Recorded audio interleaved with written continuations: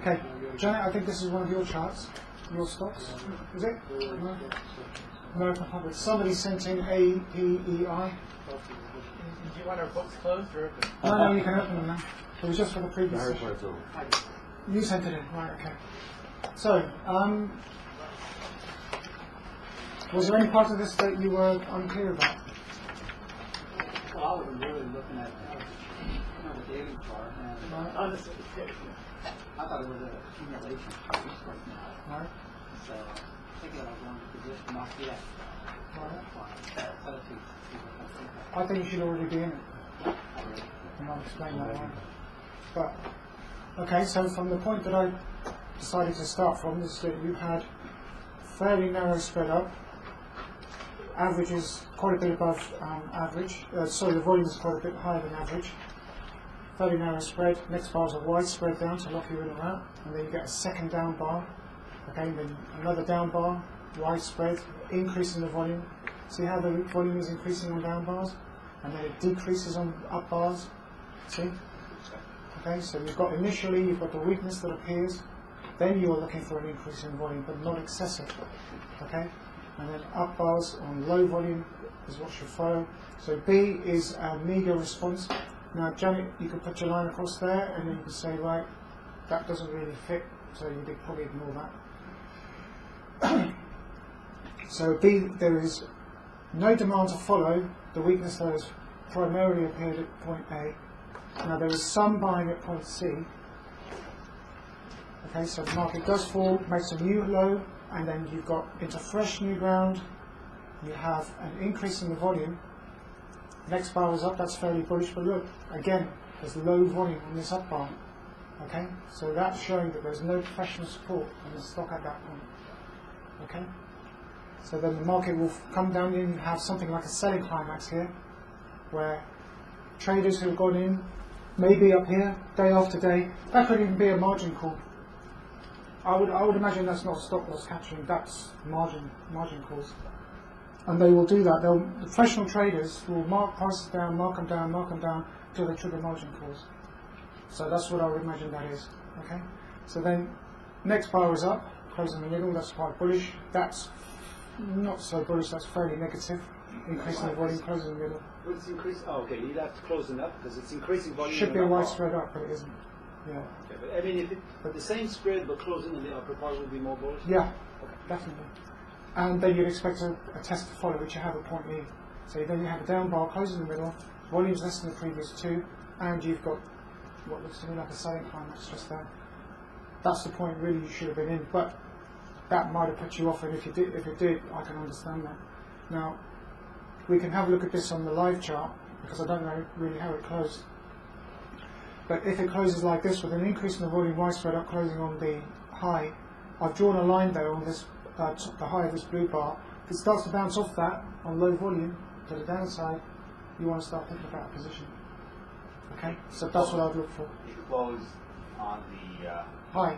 Closed on the high. Right. On increasing volume. Was it greater than the previous bar on the volume? It was greater than the APEI. It was greater than the previous two bars. Okay, so what you're looking for now is a retracement to that high where I've drawn that line. And if it starts to bounce off it, on low volume, narrow spread, close in the middle, back up the pickup. Because you're going for a ride, okay? What's interesting is that if you zoom out of this chart, which I've done, it's really, there's this long base, and that volume down bar on D was basically a shakeout move below the lows previous low. Of going all the way back to October. Right. So that's fresh new ground. Correct. So that would give it more strength because it's into fresh new ground. Okay. There's nothing to the side. Shake out, fresh new ground. Now that would encourage other traders to short sell that stock. But then you've got a test to follow. Fairly wide spread down, closing off the lows. Test to follow.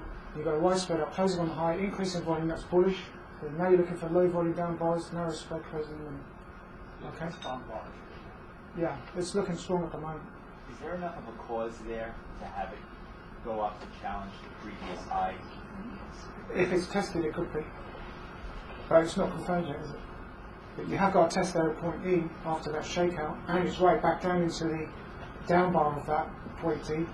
And then as you've got a widespread up, you'd expect it to be, I expect it to be tested at this $36 level, and then you should be looking for a breakout of that high, and then you should be looking out for a breakout of that high.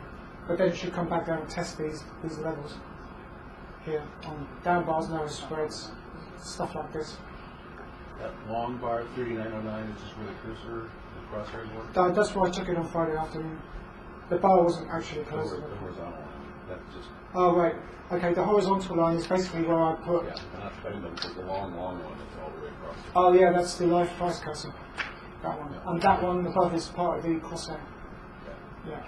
Some of these I've managed, I remember to take it off, and some of them I haven't, so yeah, I apologise about that. Yeah. So, yeah, sorry, that's part of the crosshair, and that one is the live cursor.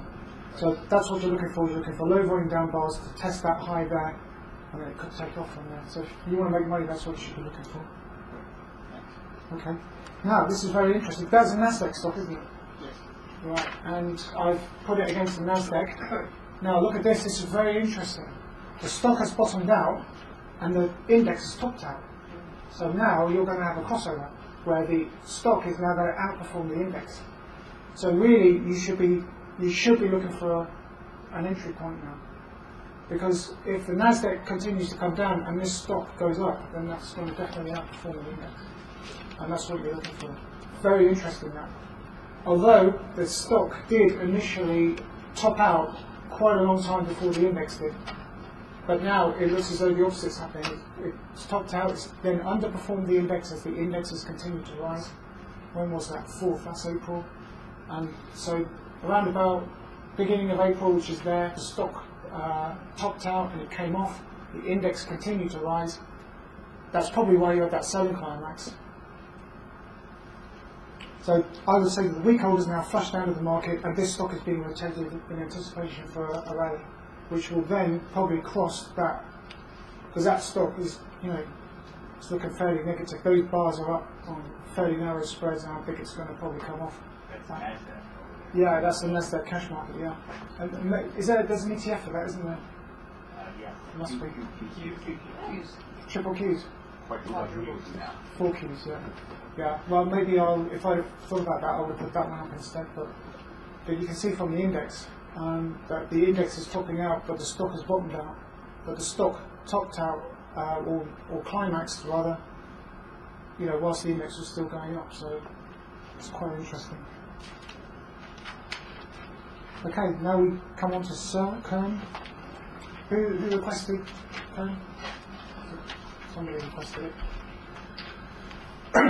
Okay. Now, Kern to me looks as though it's resisted, or am I looking at the wrong? That's the third, and that's the third. So that's March, April, May, and that is January, February, March, April. So if we come back to beginning of April,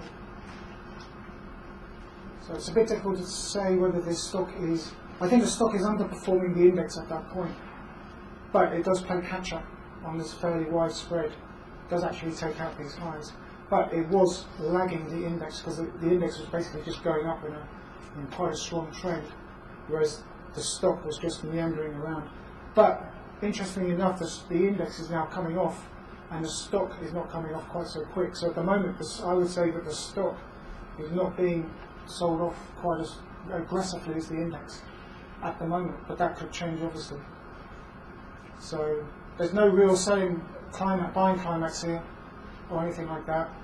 The index I can't really tell, but there's a lot more down bars on the index than there are on this. So the move on the index is a lot greater, and we'll just have to wait and see what happens next week. Yeah.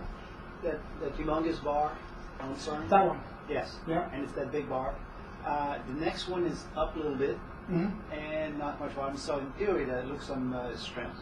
But then the next one, if it be strength, the next one would have been up, but it's not, so it's down. Yeah. And down with just a little bit increase in volume. So why isn't the next one down? Because they obviously weren't negative on that. They pushed it back up, so that's a bottom reversal, plus they tested it. See, that's why you can't just go marching in. That was earnings on December 20th. Was it earnings, was it? And was that good or bad? Somebody likes something. I didn't, but somebody did. See, No, I'm just saying. I'm trying to read the bar, and I don't see how that down bar, because the second one is not. I mean, it's up, and the volume is not that big, so Yeah. it doesn't look bad. I mean, do you think it's a negative bar? no, I'd say that was resting, and then you'd have to say, well, what's going to be the result of that? I mean, that's a fairly widespread up close on the high, almost. Quite a big increase in the volume, so that's not necessarily negative. You know, there must have been quite an effort to push that up, so they must have been bullish. Now, it appears that it's become negative here, but then they push it back up again, then they test it, and then it comes up, and then supply starts to swamp demand, then it starts to come off, but, you know, it's coming back down now to this high, and it seems to be bouncing off. At the moment, I can't see that it's going to follow the index down at the moment. It may go sideways for a bit, but it doesn't seem to be, you know, distributing at the moment. When you see a very widespread up like that on top, in your experience, does the stock come back into the body of the spread to test it? In other words, does it come back down, test that area? In here, yeah. Does it come back? Come back down and test that. Yeah. Usually it will do that on a down bar, but I mean, there's nothing to stop it. I mean, theoretically, I don't see why not. But usually you'd expect that on a down bar because that's where the strength initially appeared, whereas that's on an up bar. But yeah, if you get a test immediately after that or fairly soon after, I mean, that test tells me that the market's still fairly strong at that point. And if you look on the index, it's pretty much more or less the same thing. But I think there's more down bars on the index than there are on the stock at the moment. So at the moment, I think the stock is probably going to outperform the index for a little bit. It may well come off, but it may well come back up to that high. Be interesting to see if they can take out that high and then start to test off that as the index comes off. So somebody asked me for that. I don't know who it was. By the way, the close on that day, Right? I'm just looking at my chart. The volume was huge, Was it? and it closed up just a little bit above the close. It basically closed where it is right now, Right. but the volume was Really high. Was very high. Right. Then that probably will come off then. Yeah. It will probably come off, probably in harmony with the index. Yeah. Okay, so this is again Senior Corporation Daily. Good, that's my question. Is that huge bar taking out or jumping over a previous high, and now we see where it is? Yeah, that was it. Yeah. That's what it was. Okay. But that first red bar after the second bar after the big tall bar, it's a down bar. It could have been a test. That one. But yes, but it's got so much volume. It's not a test. The volume's only just above average though. Yeah, I It's mean, not excessive. But if that was a weak bar, why was the next bar up? that's And right. then why was it tested? You That's see? his question. That's The right. blue bar before, if that To was me- a brown bar, why is the red one down, right? I mean, you could say, yeah, that's weakness, but then you'd expect a low volume on that bars to follow that. You wouldn't expect a widespread up through the previous high, and then you wouldn't expect it to get tested. And if you see that, you can't assume the market's weak. So I'm discarding that red bar as Well, you have to going on the down. following bar. I'm sorry. You have to on the following bar. Yes. That's, Even more so when it's a successful test. Right. But you can see that what I do is I wait for the market to make a low, say it's made a low, then it makes an intermediary high, it comes back up, it takes that out, doesn't retest this, I've drawn a line on top there, and look how it rests on the top of that line. And that's what I was saying with my lines. Okay? Those are the Sebastian lines. Those are sublines. Well, They're sublines. that's the base of all that. They're sublimes. Sublines. Right. So and right on top of that, the subline, like you say, those bars are gonna hit on it. You're You looking- hope they hit on it on low volume. Yeah, you're looking to see how it reacts to those highs. And that's, when it starts to bounce off that, then that's an Or entry high point. volume will also be close to the plus, and it'll go back down. It's got If it's truly weak, it will do that, but it doesn't seem to do that. It seems to just go up. And you've got this long accumulation phase here in the background, so it's unlikely to break below that. It's just a point where the test or no demand that are at that location Yeah. they need more, and they're sort of verified Yeah. where they are. Yeah. And then you obviously have another widespread up through this previous high, which shows it the bullish. So it's going to be very interesting to see how this stock pans out over the next week or so. But the close for CERN, the close was just above the bar before it, and the volume was significantly elevated Right. compared to the previous two bars. So one would expect that it Weakness. would go down. Yeah. Weak. Weak, yeah. Around test that. Could well do. Could come back down to here. And it'd be interesting to see how they respond to that. But, you know, if you're a stock trader, I mean, that would be initially my level. And obviously it goes above that. So then you move it up to the next level, and then if it bounces off that, then that's your trigger. You know, that's your entry point. You can make the software project out those lines once it sees it across a previous intermediate high or low. If the programmers are up to it. But the problem with that is that these, you can't just move them around. Right.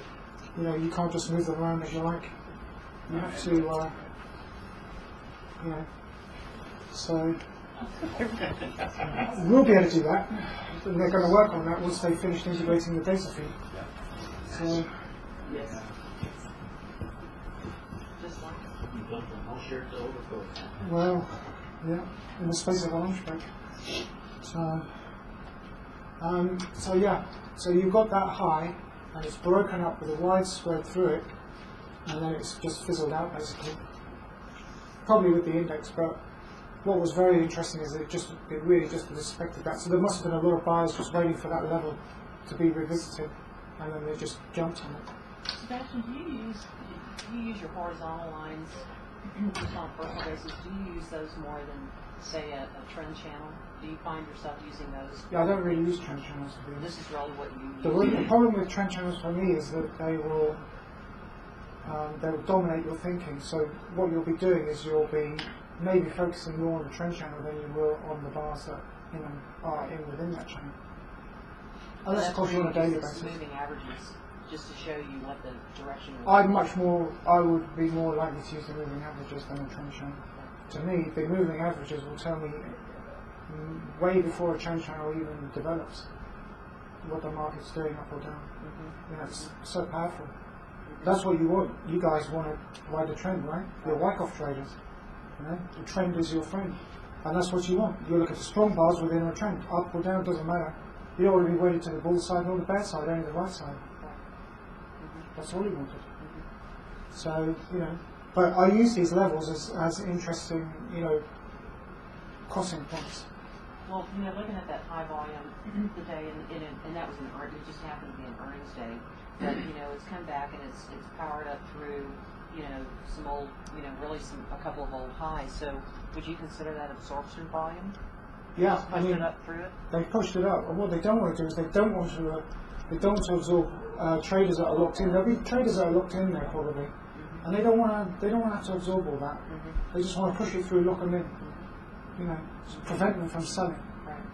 You know, because these guys, when it comes down here, they'll be like, you know, they'll be sick, and they'll be just be. A lot of this is probably on margin, so that's, you know, that's what they go for. That's why they go for margin calls. It's the best way to get somebody out of the market. They can't come back, can they? It's going to be at least 6 hours, and by then, it doesn't matter. So, yeah, they pushed through it, and they probably pushed through it so quickly that they didn't want to have to absorb that selling from any of those locked-in traders who may possibly have survived all that. So that's quite interesting. Yeah, so it's going to definitely come off if that volume's correct.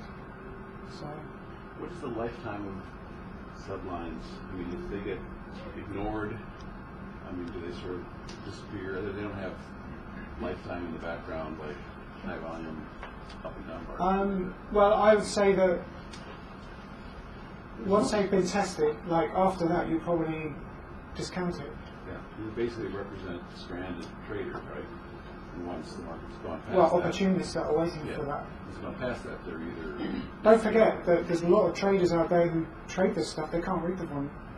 You know, that's how you've got the advantage. If you do this kind of trading, you can see down bars, low volume. You can see that, you know, there's no selling pressure onto that line.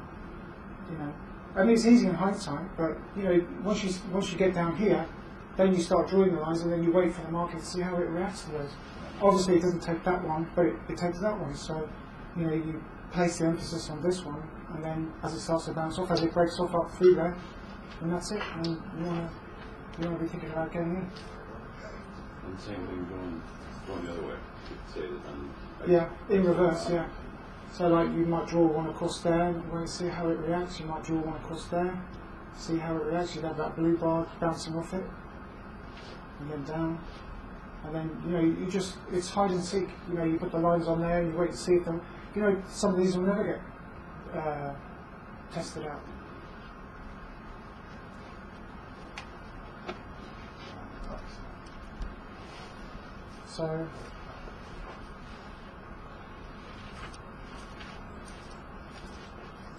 So I've drawn my line, the market has now come back and tested it, and then the market's then gone up over and through this old top. We've got an accumulation phase there. So that's really what you're looking for. Don't think we have a whack. That's a whack off spring there, because you've got this low back here, and it comes back down, you've got a down bar. That you could say was a hidden test right there where that laser is. So you've got a down bar, increase in volume, and you've got a lower tail, which is below the close and the low of that red bar, and then it ends up as an up bar. And that basically means that demand is swamping supply, and then it's retested as it goes up. But when you've got, say, like an old low in the background, that there is a wipe-off test. Okay?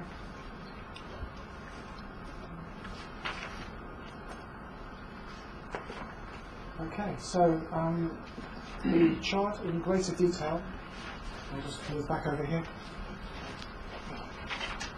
So does anybody want to explain this chart to me?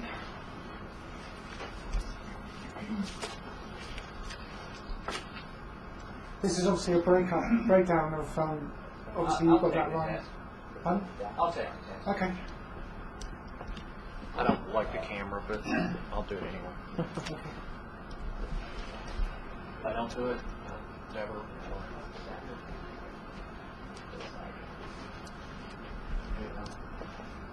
That one there? Okay. Just trying to. You come to this side, Alan, Okay. and then if you stand by me, then the camera will get your voice. Cool. I guess the first place of interest will be right here.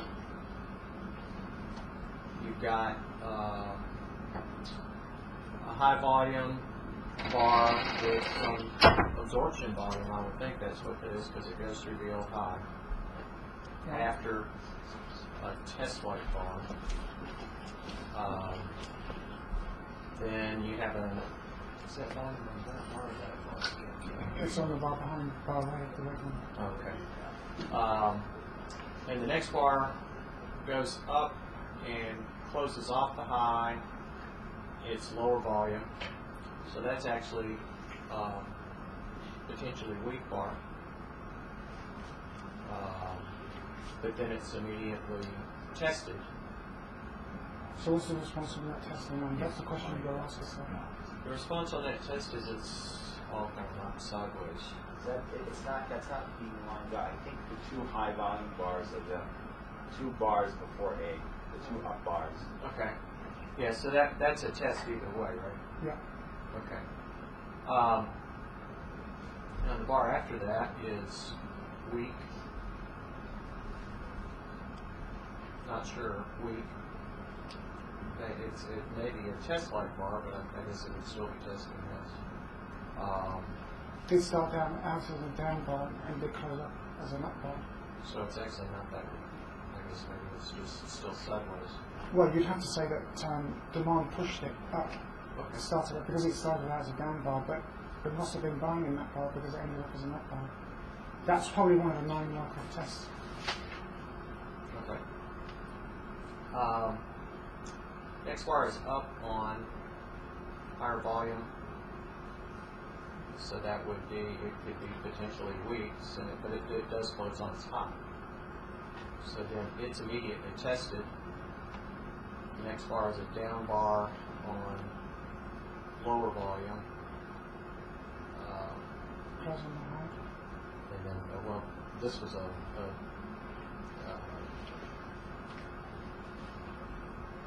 bar that broke down, closed on the high with, I think it's which one it is. I think it's a little higher volume. So that's a potentially strong bar because it came down.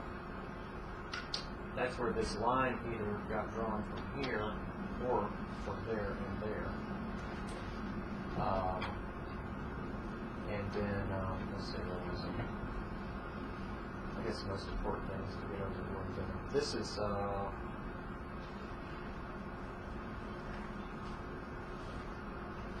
well, this up move is, it's not really strong or weak. I mean, it's a little bit of strength right there. And the volume is not so high as for it to stop anything. So it's trying to break out. Is what you're saying. Right, it's trying to break out, and then there's, well, it's not enough thrust because there's nothing to thrust up through it. But that's a weak bar. Reversal bar? Yeah, it's a tempted top reversal. Followed by B, which is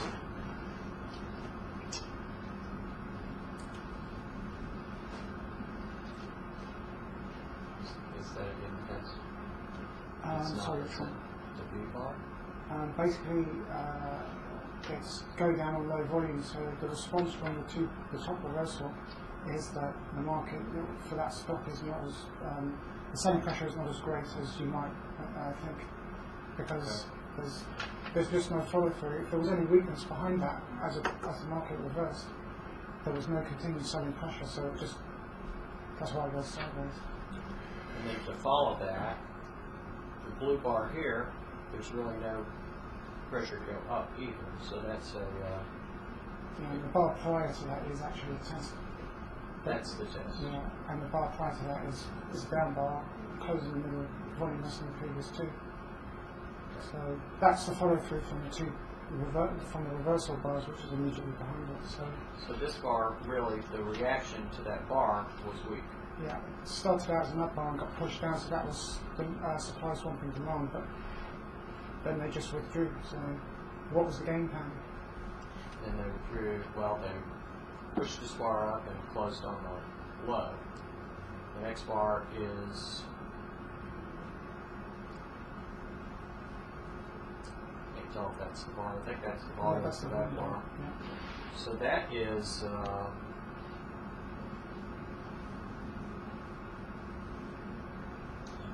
Average spread down increase in the volume? I don't know that it's that weak, or, I mean, it closes off the low, it comes back to the line. I don't know that it's as weak. I mean, there's a signal there, but I don't think it's as weak as, I'm not sure.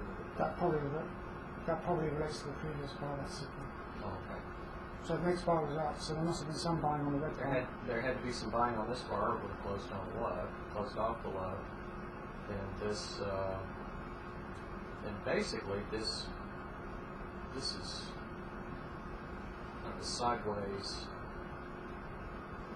So point C, how do you explain Point that? C is a test. Personally, I'd low call volume. down bar, I'd call it an supply bar with the next bar up, so it must have been bullish. Increase in volume on the blue bar. Okay. And then there's an increase in volume on, was that this bar? Yeah. So that's actually a strong bar. Immediately followed by, it's not a test because it's an up bar. You've got strength on the background, so you can discount that pretty much.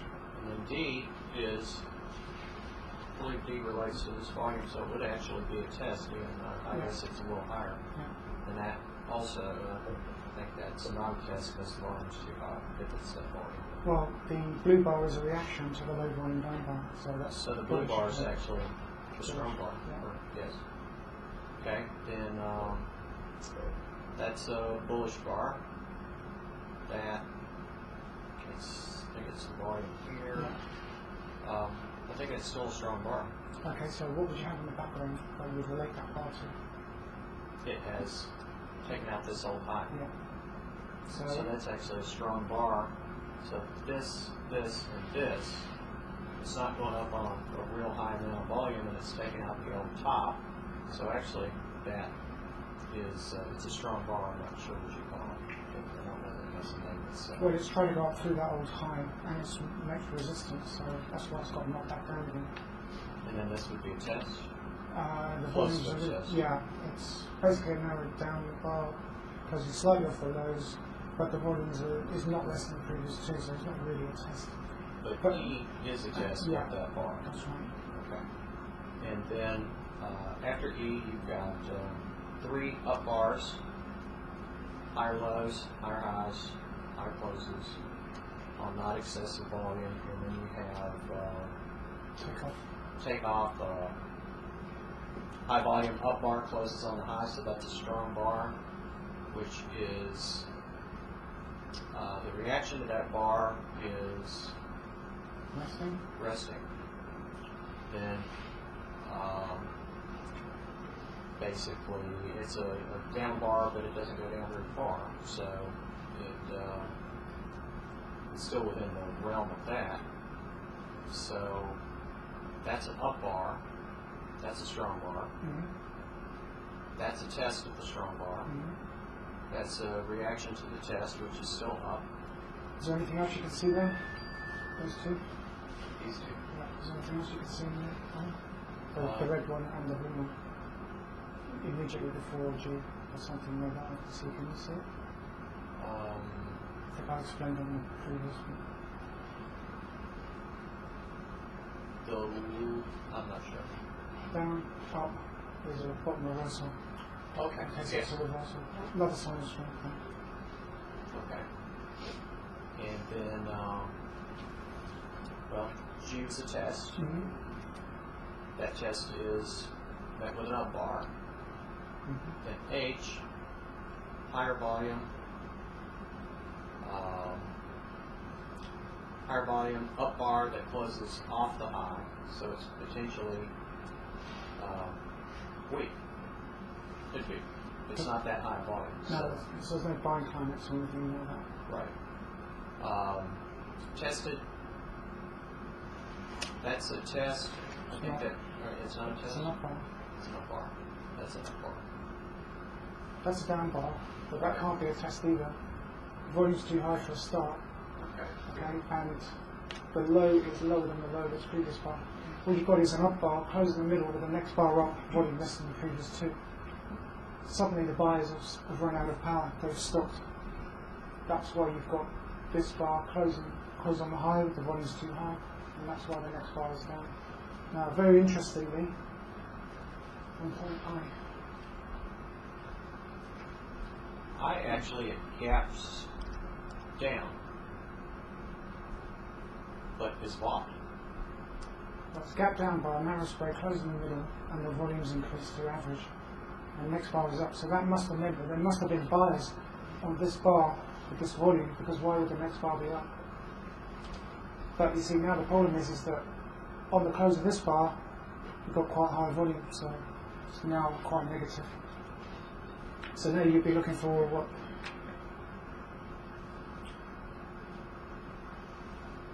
I'd be looking for it to. I'd be looking to see if it came back down to what it is. Is there anything specific you'd be looking for if you were looking to take a position in this stock?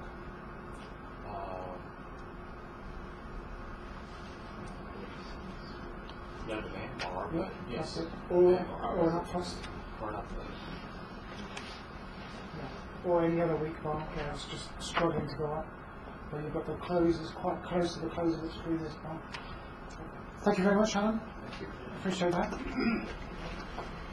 Going back to that blue bar, is that E really a test with the volume as high as it is?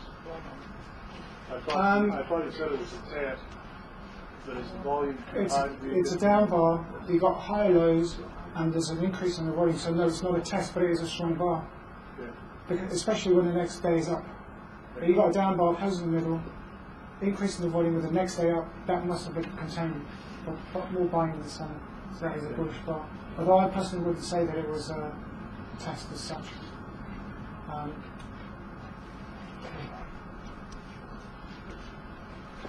Okay, anybody else want to stand up and explain this chart to me? Or are you all shrinking violets? Go try it. That's how you learn. Seriously, you can't go Okay, wrong. no. Right, it's got his, got the gloves out. That's not really good. Stand over here. Stand on this side so we can get you on the camera. Okay, well, A is widespread, closing the low, bigger than average volume, with the next bar up, so there has to be some buying here. It continues up on lower volume, so you would expect weakness to appear again, and it does here in this bar here. Let's see. Yeah, so there's a lot of big down move here, which indicates sellers are entering, but the extreme volume on B indicates that we have that selling absorbed, and the confirmation is it's absorbed so much that it really jumps up. Sends it all the way up here. Next interesting bar I see is this pretty high volume, above average bar, closing the high. When I see that, that's usually a sign of danger.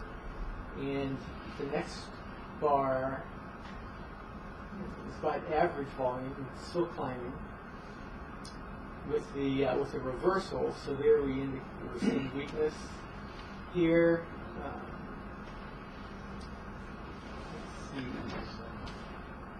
Okay, so we have a fair amount of down volume here.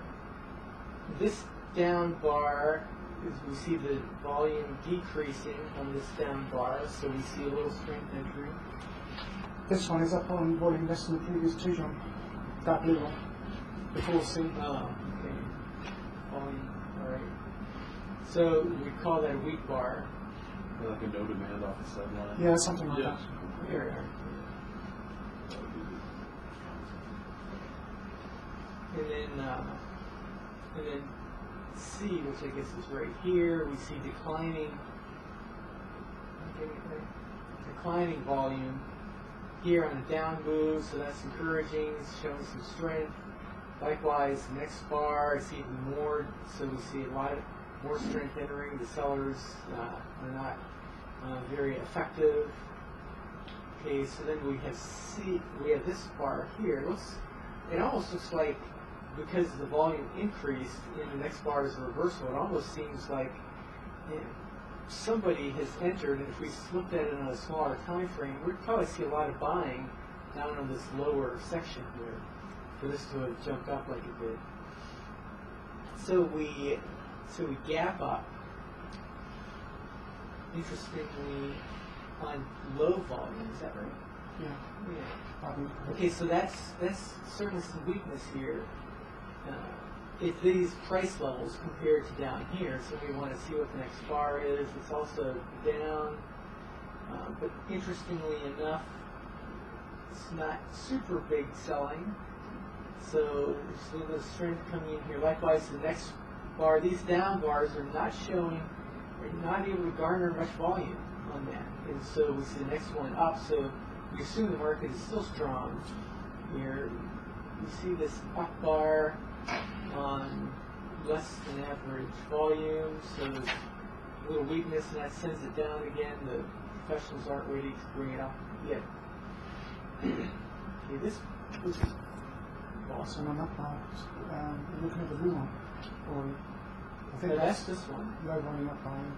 Yeah, and then this, so the real volume comes in at this level. I think that was up on less than the previous two there, John. And then you've got the Okay, red so one, that's- I think. Right, so that's weakness there. And that's probably why it sends it straight back down again. And it sends it down on higher volume, but we get an up move. This is interesting. Right? So if I'm seeing this right, we see this up move on only average volume. So I would think there's some weakness here, unless you say this is countermanded by this volume that comes in here. Starts off as a low, is a down bar, ends as a higher up bar on bigger volume, so you call that strength, yes? Well, to me, it actually is right at the end of the day there, John, and I think it looks actually quite weak. Because if you look, you have your high, you've got no demand on that one, got a fairly wide spread down, and then look, the close on the high is lower than the high of its previous bar. Look at the volume there, so you could well consider that to be weak. Well, that's true, because that's way too much volume for there. And we're kind of making lower highs, so there's some weakness there. And, yeah, this is probably only half the bar, right? This is 60 minutes. So do we discount? Do we ignore this last bar? Probably settlement prices. Yeah, it's the last, probably just a couple of minutes on the chart, but the problem is the open of the following day, isn't it? It gaps up. Great. So professionals must have seen some strength there. But if I was not aware of this, and I was looking just here, I would be seeing more weakness than I do strength. So if you look at that, what you're looking at, and then you go back to A or B, you can't really see any reversal of those volumes on those two bars, can you? No. So there's no real buying climax after a selling climax. Correct. Yeah. And if you were to draw trend lines, which you don't believe in, you would see overall that we have an up move in place here. So in an up move, we're going to give less emphasis to weak bars that we see. Mm-hmm. So maybe the best way to look at this is we're up here, there are probably some people that got locked in over here, they're happy just to take a little bit of profit. And so they're selling here. And yet it's not really professional selling. Maybe that's the key here, is you look and you don't see any really big down moves. They're not being aggressive. Yeah, so the traders who matter aren't participating. So you have to say then that the continued strength is going to show itself, and then we see this widespread up move that has to be considered as a strong bar, followed by another strong up move on very high volume. You want to question that, whether that was strength or not. The next bar, down bar, widespread, close toward the highs, and volume less than previous two. You might think that was a test, but the spread's too wide. I would want to see what happens next. What happens next is E, where I have an up bar, an even lower volume. Okay, so, and for that volume, it could just barely turn it into a little higher than the previous bar. So you have to assume there's weakness there, and we're also making lower highs. So Anything else? So E is probably a good place to take a short. What else is significant about that measure between D and E? Something related? All of you should be looking at something fairly obvious that I've been going over and over and over. What's significant about E in relation to the background? I think it's another nine. No, there's something else. John's already said there's no demand. There's something that's blatantly obvious about that. Well, there's also a Inside hinge bar. E. I mean, I don't know if you can follow that, but there is the lows are increasing and the highs are decreasing. Yeah. You're anticipating there's going to be a big move from Yeah, but that. there's something else in there that's screaming at me at the moment. Close is close previous bar on the high. Yeah. No, there's something else. Maybe this mega big volume, Yeah. something's wrong with that volume. Right. For after this huge volume to come in, for prices to act like this. What I'm looking at, John, is that I have an up bar on low volume into a previous widespread up on high volume. Okay? That tells me it's weak. That's what really brings it together for me. That's a reversal of a sine strength 6. I think that's the number sine of weakness 2 or something, or little number 1. Something like that. But yeah. I mean that's very significant. If you get low volume up bar into a previous high volume up bar. And also, maybe continuing that thought, when you've got this huge volume on here, and then you've got these widespread doesn't this have to indicate distribution when you have such a wide spread at the top of your chart, just following such huge volume on that wide spread? Is that what's happening here? I would say I think this is a Nasdaq stock, so it wouldn't be specialist control, but I would say the professional traders rounded up to 68, and then in the next hour they just sort of step back. I think the professionals jumped in, they sold, and then they stepped back, and that's why it closed off below. They just waited to see what the reaction in the rest of the market was for that. They may have also been reacting to another stock or an index or something like that, or possibly options or ETFs or something. Okay, so it comes off here, a little increase of volume. F is interesting. F looks like it's level. It looks like it's actually a little bit as an up bar with lots of volume. That has to be in question, followed by this wider spread. You have to think someone's distributing here. It comes off here. You see. It's insignificant, to be honest. Don't forget, I'm an hour chart, you're missing 30 minutes of that, because it starts at 1:30. Alright, so G enters in, we see a ramp up. It's, I don't know if you call that a bond reversal or not, Almost. but it's the certainly Two-bar reversal. Two-bar reversal, and the volume, I guess, is increased a little bit. These bars closing in the middle or closing off the high, as much as they are, indicate selling to me. An H bar that closed in the middle is really, boy, that's really low. You have to say none of the big traders are participating in this move here unless they're selling short. Okay, let me pause you there. Yeah. We basically got a retracement from H on low volume into bar D, which is high volume, which is right at the start of your distribution phase, so low volume. But if H is so weak, why is the next bar up? Well, it's both of those. It's that one, and then that one does the same. It closes in the middle. I think the volume's back average. So that's that one. We've got that up one, we've got loaded one, and that one. So that's the two. The volume bars are actually rather significant on those two up bars. And then on that red one, the volume starts to increase, and then as you can see, it starts to increase more. But now, because you've got that weakness in the background, it can't manage an effort. It gets whipsawed at the beginning, and then it ends up as a down bar. And the volume is still quite low because it's only 30 minutes. So. You would not take the short here, I don't think. No, you're in an uptrend. Yeah, that's right. So H occurs in a little higher volume, it comes off here, and you see what's going on. Looks like it's declining on low volume. I guess that's this low volume. Yeah. I think that's the opening bar, and that bar there is low demand, right at the end, right at the depth of the session. And then this bar here is that one. Here's a question for you.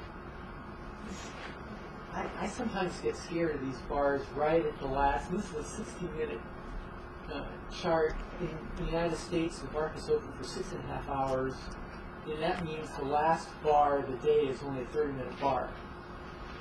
Right. So now I know the volume is up, and the volume is super low. And even if you double this, it's low. Would you have taken a short?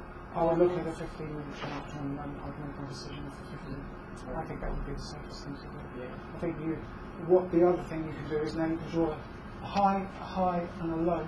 So now you can say, right, we're now in a downtrend. And as you can see, this one comes up to the top of this downtrend and then comes off it. Right. So this has got to be distribution here on fairly low volume. Interesting. It sounds. I'm sure the professionals have taken all their short positions previous to this, so this is starting to fall on its own weight. Here comes off. Volume is increasing as it comes down. Public's probably getting scared, and we see an up bar on more than average volume.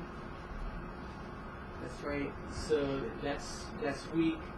Next bar has got to be a lot of selling for that all that volume to come in. That's a very weak bar.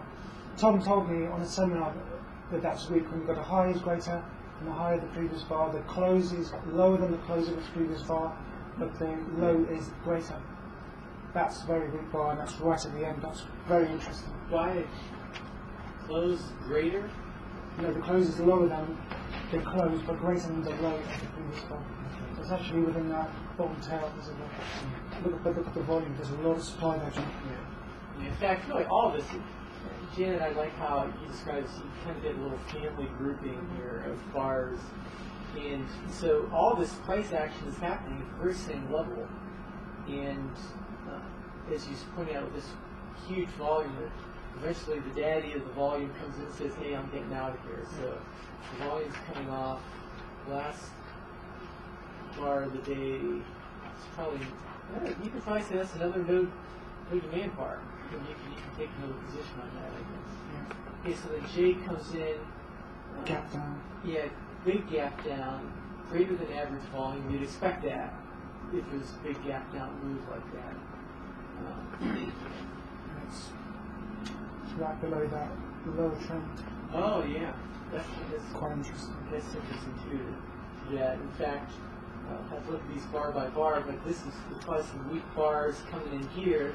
They're coming back, certain sense, retesting the weakness. I know it's not an official test, but you see that in the strong market. And this is a weak market. And so it's coming up here, they're putting their foot in the water, saying, yep, it's really cold, and I'm going to get out. So how do you explain that going into the gap down on J? How do you explain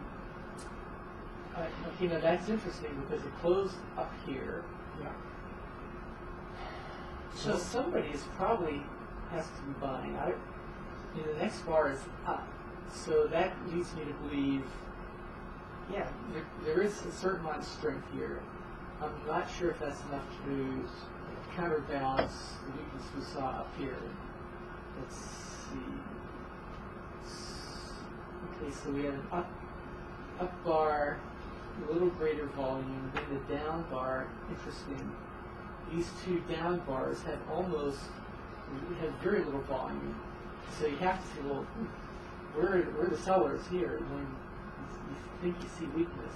So I'm thinking maybe there is some strength here. We'll have to look and see. What's this big volume bar here? It's interesting. And interestingly enough, John, it's right at the close, isn't it? Yeah. So it's a down bar and close, quite high volume. You've got down bars, even though they're up, they started out as down bars, ended up on the high. Slight increase over the average. Yeah, so there's got to be some strength here. Yeah, this is really interesting. Well, if you look at that bar and then you look at the next bar, from that blue bar, what would you determine from that red bar if you, after the first hour or half an hour, what would you say? If you saw that blue one after that red one, what would you think? With a lower low and higher high, and the volume, it looks like it might be almost less than the previous two.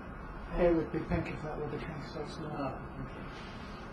But what I'm saying is, John, is that must have been strength right at the end there for that bar to be up in the following day. Oh, I see what you're saying. You see? And it started off, probably, if you look at the open, it was probably down here and went down, and then went up and closed there, so it would be strong. Yeah, especially you'd be, with all this volume, if this represents 30 minutes, you could double this. That's probably huge. That's probably the equivalent of stopping volume then for this down move. Now that I look at it, if you think about it that way, and then you see an up bar, as we just discussed. This is interesting. We have down bar on increased volume, with the next bar up on volume less than the previous two. The next one even after that. So there must be an absence of sellers all along here. So you'd say that bar and that bar was quite significant after that bar then? Yeah. Okay. Yeah. Although I will say I do not like all the I guess when you see a big volume down bar like this, a good bit greater than the average, you have to think that you look at the next bar or two and it's obvious that it has to be strength. Although, if I was going to take a position anywhere, I wouldn't see a good spot to really take a position. Okay, so it goes up, back to previous area where we broke through. Then you see this big down bar, and it looks like the next bar that follows is going to be super low volumes. Is that equal? So Is it? when it's black, Oh, John, it's it's black. level. Okay. What I see from this though is that has closed that gap. You're So- right. It But closed it's the done gap. on low volume, you see. Right. So, So, is this volume on case strength?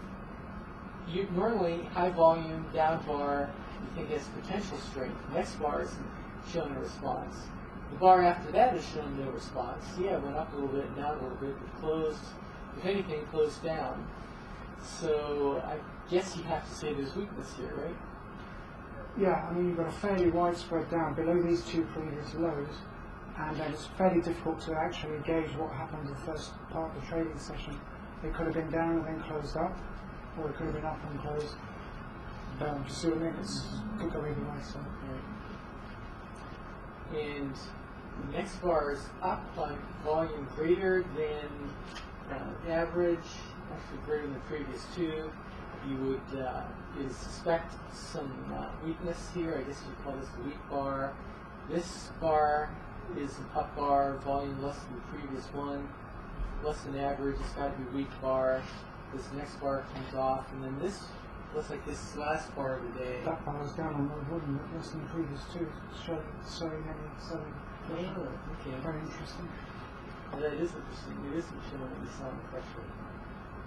This was taken about the middle of the afternoon now, John, so I wouldn't expect you to really look at the last part. Yeah. Do you think the sellers on Friday, or the sellers going home, taking an early weekend? I think that based on that bar being fairly widespread down, closed in the middle, you've got the next two bars are up, and then you've got this down bar on low volume.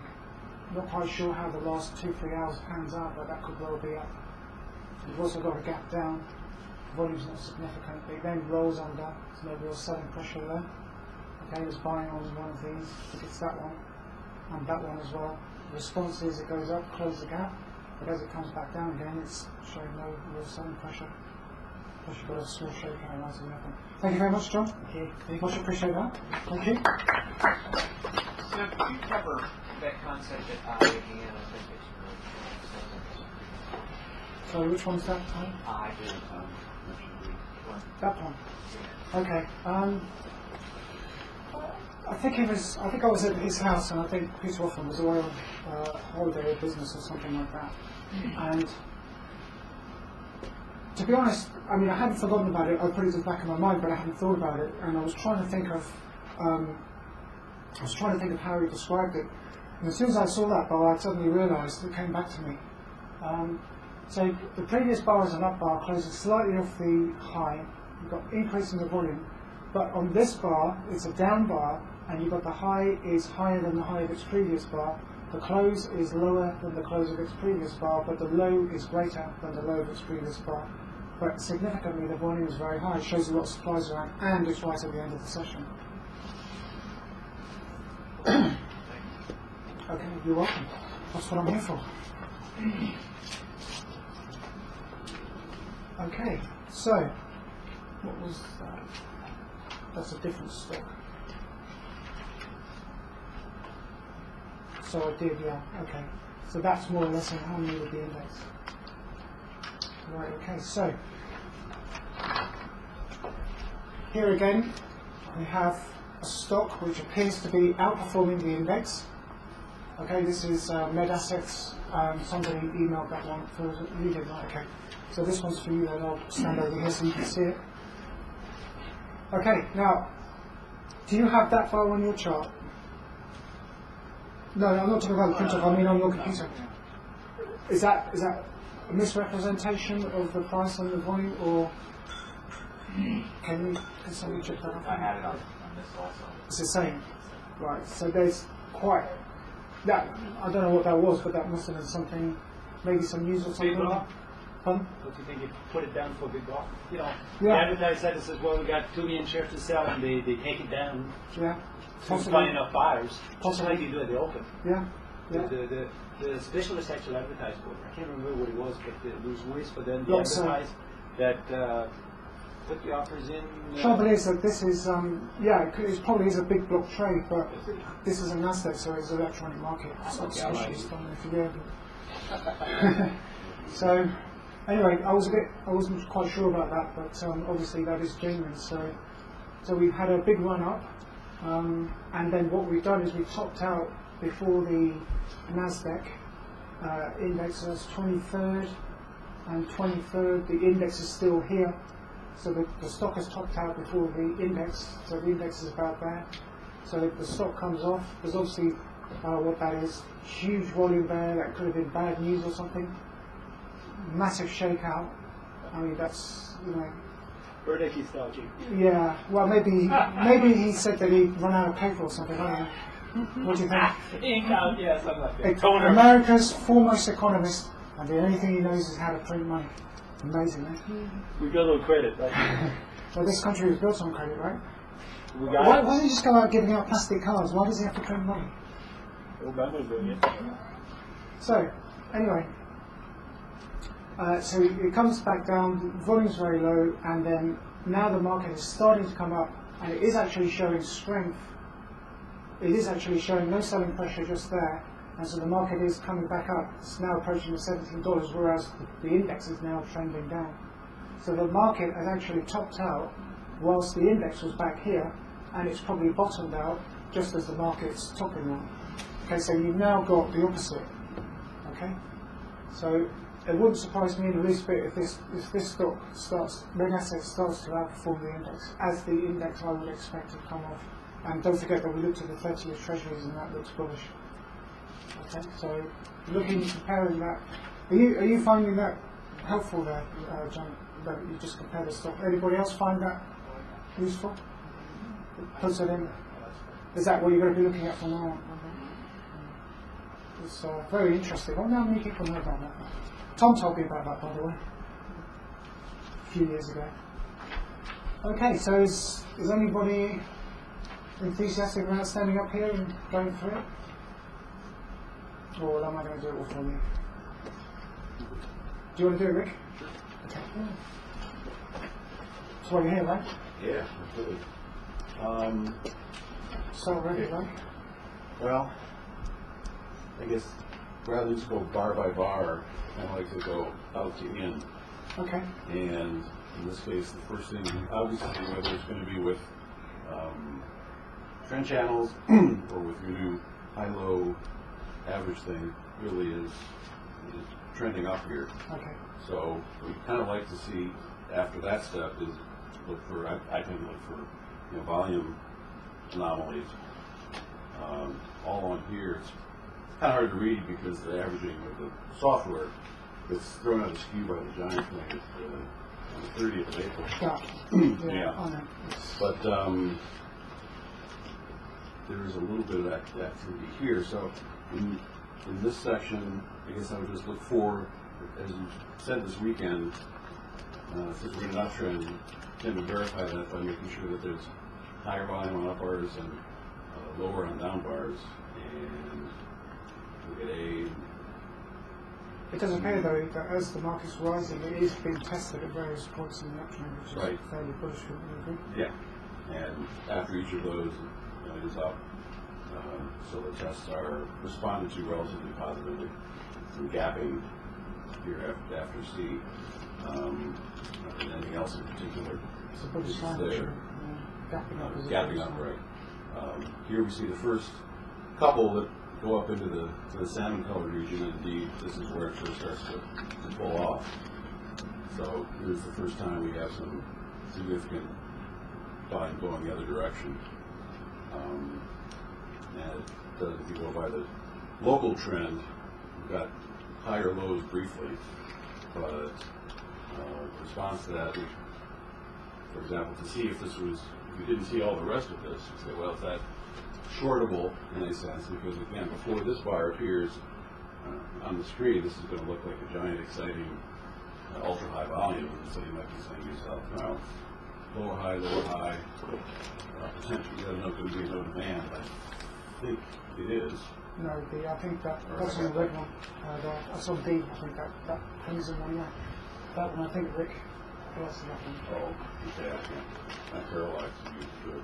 Okay, in that case, it's not on demand. So good. So that's probably why it didn't keep going down. And indeed, right after that, we see it marked up pretty significantly.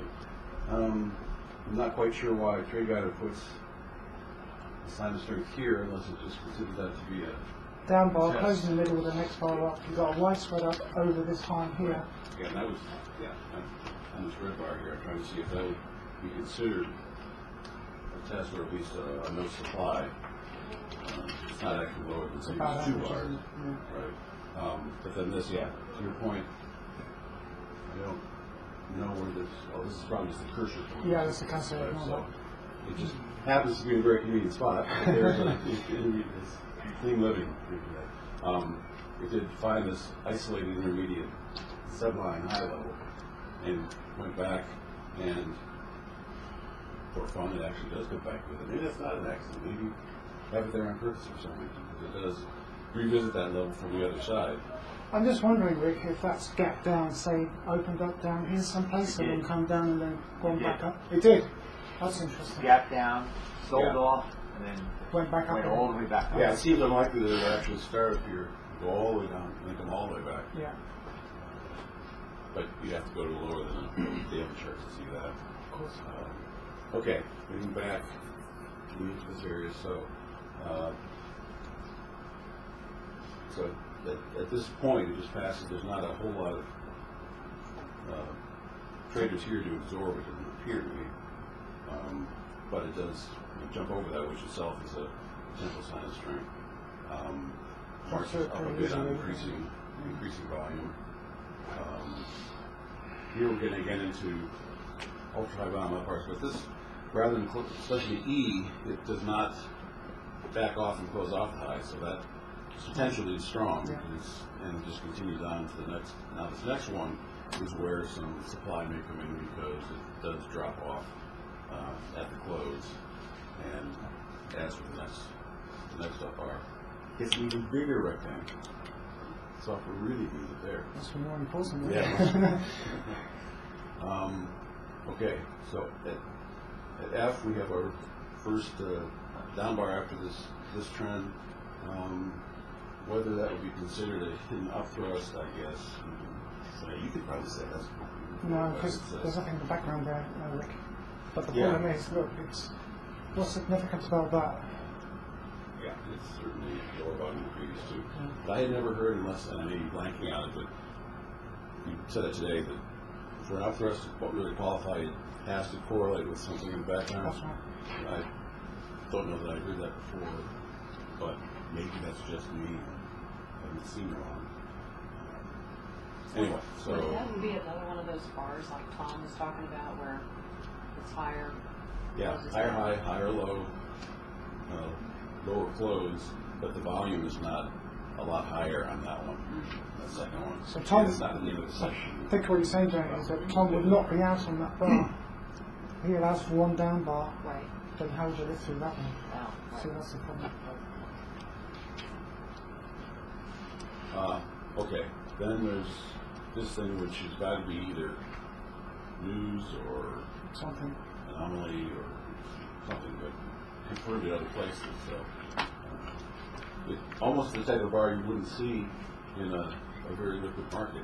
So I think I see that a lot on DAX, but that DAX I think is something I've never seen in other markets where they will actually insert large block settlements into the chart within the day. And if you look at a tick chart, you will see that there are these gigantic impulses like this, and you go to the tick chart and there's zero volume. So clearly, how can there possibly be anything going on? There's nothing going on. And the answer I got back was, oh, that's just this big block thing that was settled. And Late reporting, I think they call it, isn't it? yeah, I don't know if the other exchange does that. I haven't seen Do you see that on the e-signal DAX? Or just, did you see it? Well, I on can't. the quote center? Well, since you can't do ticks on Trade Guider, I can't check it. Okay. They had earnings on the 29th. Oh, right, okay, 28th, 29th. The 30th, So the 29th was that one, which was that up bar, closed in the middle. Maybe the market didn't fully, maybe it was after the market closed, yeah. which explains why it would have gapped down. Interesting enough how they all set themselves up the previous day. You've got up bar, low volume close off the low, then you've got a down bar with a higher high, and then it comes up, weak bar, increasing the volume just ahead of those results. Interesting, don't you think? No, purely coincidence. Are you trying to tell me that they didn't know in advance, Rich? That would be dishonest. Okay. I'll throw out an up bar, and strangely enough, it falls off. So there's a good chance that could be weak. Certainly, that's the response here. I'd say that was a shakeout. Yeah, and as we proceed, we're starting to see a little bit of a rounding under a bowl shape. So head off, we're looking to see if that's supported. Ideally, I guess we'd like to see potentially more corkscrewing, and that may indeed be what happens. Is maybe just the beginning of some things, rather than just its own separate bowl. It could corkscrew continually, but only time will tell that. On individual bars, looking for any verification of or confirmation of this. This looks like it's slightly lower, so it could be considered a bit of a test, but failed. I think the scale is a little misleading. These look like average size bars, but if you look at this last one where the cursor is, which is about the same spread, it says narrow. Yeah. So these really are probably not as significant as they look in terms of spread. Jumping ahead, G has more. If it closes on a high after heading low, but again, it's like a quiet period right at resting after all this excitement over here. So that's why it's kind of not having a lot of activity. I think that big widespread damage shook them all out, and that took most of the focus upon that. Yeah, I think it took a lot of people's breath away. Finally, we get over here to H again. It is a down bar. It's an inside bar, so it meets some of the criteria of being a test, although it's not a rising market per se. It's one right after where we finally jump back up to this level and close on the high. But it's higher volume, but it's not high, so I guess it would be Not excessive. Not excessive high. So that would be strong or less weak than it might be otherwise. Again, we come back for what does not qualify as a test, but maybe is a little bit of no supply. And then almost duplicate it, but clear, picking up volume again. But almost duplicate that bar. I'm not sure how this rates. How does this close in reality? Finishes at 1697. Yeah, it closes up on lower volume. So it's actually up and up. So it's not bar. And the volume is at what level? A little bit, it's about the same as 2 days before. Okay, so So if it's an up bar, bar. and the close is quite close to the closing of its previous bar, It's just above the high. It's just almost at the high of the previous bar. it's looking weak. There's no, So I'd say it's looking weak. yeah. What did I do with that zip? Okay, thanks, Rick. Thank you very much. Pleasure, sir. Yeah, you're welcome. Thank you. On that big shakeout. That one. Yeah. Let's say the next day it opens down a little bit and it starts to take out the high of that shakeout bar. Is that a time that you would consider going long? You mean if that was an up bar, not a down bar? No, that big shakeout bar. Yeah. The next day maybe it opens a little below the close of that shakeout bar, and then it starts to take out the high of that bar. The previous bar. No, that bar right there. Yeah. The shakeout bar. Yeah. The one before it. That one. Yeah, and let's say the next day it opens and then starts to take out the high of that shakeout bar and go up. Would you at that point go long on something like that? If there was a low volume reaction, yeah. After a low volume reaction? Yeah.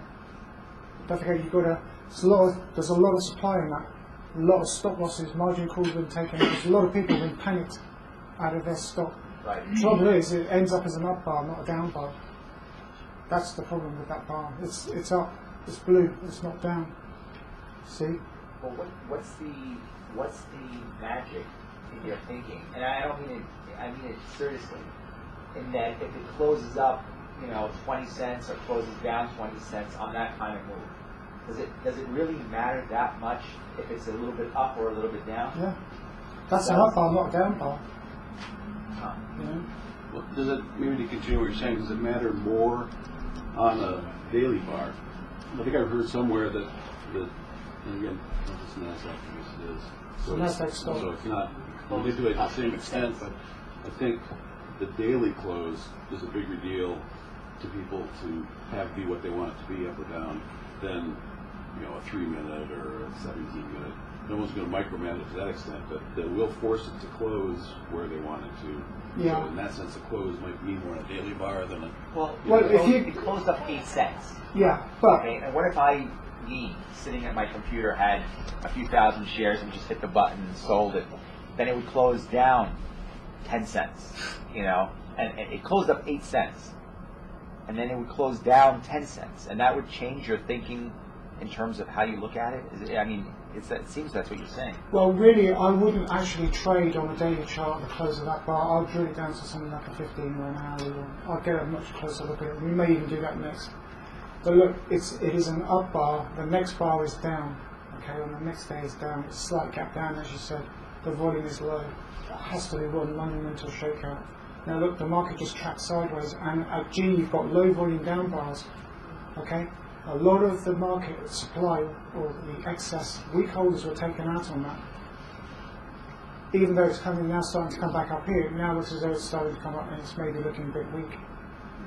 But I would say the stock is still acting stronger than the index. I would have considered a long at H instead of Yeah. the top underneath that blue bar. Yeah. Yeah. In fact, let's talk about that blue bar, because I've been pondering that. That's a very unusual bar with the lows it is. It closes above the previous high, and I would say it was equal to it, John. I would say it was above. I'm talking about the blue bar just before H. Oh, sorry, I do beg your pardon. Okay.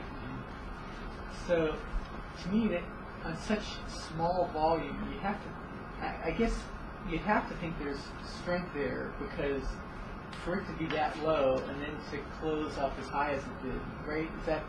Would you consider that a strong bar? Well, there's something that you have to consider, and you're right in the ballpark there. What you have to think about, John, is that the majority of the day's action was down, wasn't it? So it came down, and there must have been enough demand there to shove it back up again. And that's probably why they tested it on the next bar.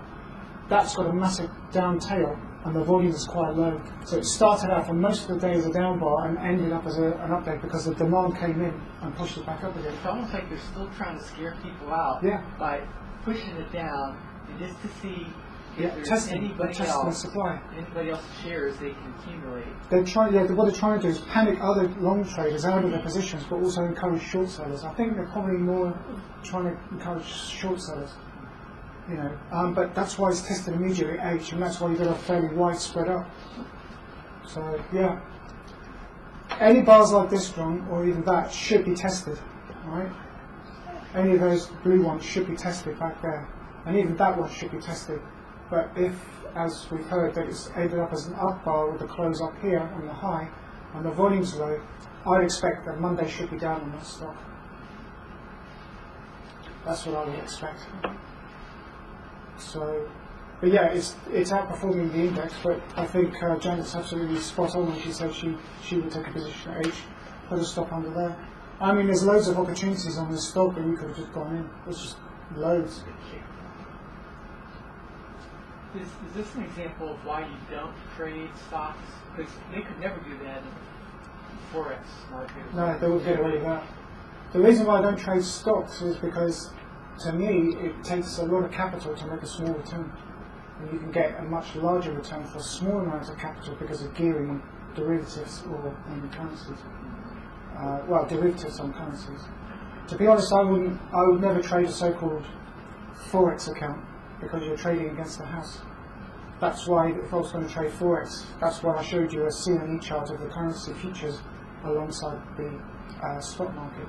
If I was going to trade currencies, that I would always go into the futures market, because the house, your broker, will never trade against you. He'll never move the market to capture your stop losses like they would at FXCM or FX Solutions or anybody like I that. heard the trade station will do that too. Will they?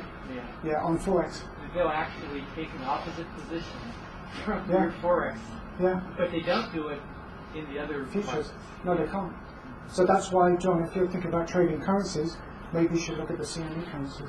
on Yeah, well, I futures. do. I've traded the futures. Right.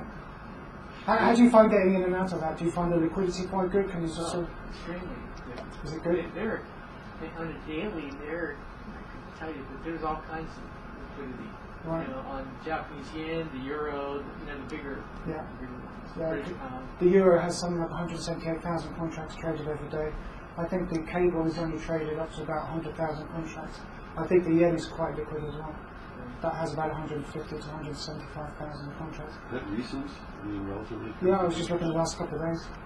I mean, the fact there's a currency futures market, I mean, Forex itself hasn't been around that long for regular traders. It hasn't been available to the public, but only since the mid-1990s. But the problem with so-called,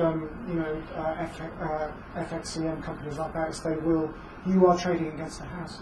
So it is in effect a bucket shop, and they will move to wipe out the stocks. Futures on Forex? Futures on CME, yeah, your broker will not be trading against you. Your broker wants you to trade because he wants to make money from your commissions. And you don't forget, on currency futures, you've got a one-tick spread, haven't you, John? Yeah. It's a one-tick spread, and that's really competitive. So, and even when the market's quiet, you're still going to have that one-tick spread. I mean, even on FXCM, they have an account where they claim to have no broker intervention or no dealing desk. The spreads can get really wide, sometimes up to 10 pips. So currency futures on the CME will never have that. You'll always have a one-tick spread, so they're really attractive.